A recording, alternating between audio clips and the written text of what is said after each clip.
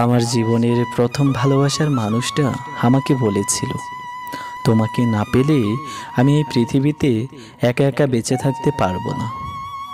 আমার সেই প্রথম ভালোবাসার মানুষটা এখন 2 বাচ্চার মা।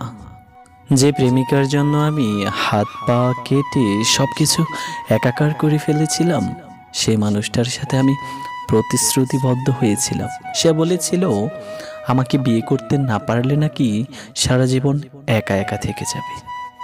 আজ সেই মানুষটা রোজ সকালে উঠে তার শ্বশুর শাশুড়ির জন্য নাস্তা বানাতে ব্যস্ত। যে বন্ধুটা প্রতিদিন আড্ডার সময় আমাকে বলতো, একসাথে যদি নাই থাকতে পারি তাহলে আমার জীবনটাই বৃথা, সেই বন্ধুটি এখন ফেসবুকে স্ট্যাটাস দেয়, জীবনকে এইভাবেই এনজয় করতে হয় একা একা। পাওয়া না পাওয়ার হিসাব করে নিজেকে বড্ড একা মনে হয়।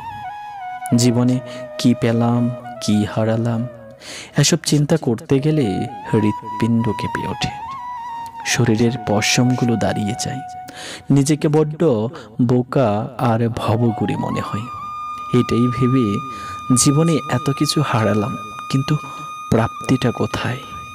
যে বন্ধুটা আমার সাথে পথ চলার কথা ছিল সেই বন্ধুটা কোথায়? যে প্রেমিকা আমার সাথে থাকার কথা ছিল সে মানুষটা কোথায়? আমি জীবনের অনেকটা সময় শুধু না পাওয়া, অবহেলা আর অপূর্ণতা দিয়েই কাটিয়েছি। এই অপূর্ণ জীবন অনেকেই ভালোবাসা দিয়ে পূর্ণ করে দিতে এসেছিল, কিন্তু যার জীবন আমাবস্যায় ঘিরে রেখেছে তার জীবনে কি আর পূর্ণিমার চাঁদ ওঠে? যার পুরো জীবনটাই চৈত্র মাসের রোদে ফেটে খা খা হয়ে আছে, তার জীবনে কি আর ভালোবাসা জোটে? তবে আমার এই অপূর্ণ জীবনে একজন পূর্ণবান মানুষের সাথে দেখা হয়েছিল, যে মানুষটা অপূর্ণকে কবিতা দিয়ে পূর্ণ করতে পারে, না পাওয়ার প্রাপ্তিকে কাব্য লিখে সমাধান করতে পারে। সেই মানুষটাও আমার ভাগ্যে বেশি দিন টেকেনি, কারণ আমি যে না পাওয়ার মানুষ। জীবনে যারা আমার সাথে প্রতিশ্রুতিবদ্ধ হয়েছিল তারা বেশিরভাগ মানুষই আমাকে প্রত্যাখ্যান করেছে, আর যারা রচনার মতো আমাকে গিলে খাওয়ার চেষ্টা করেছিল তাদের গলায় আমি আটকে গিয়ে বিরক্তির কারণ হয়েছিলাম।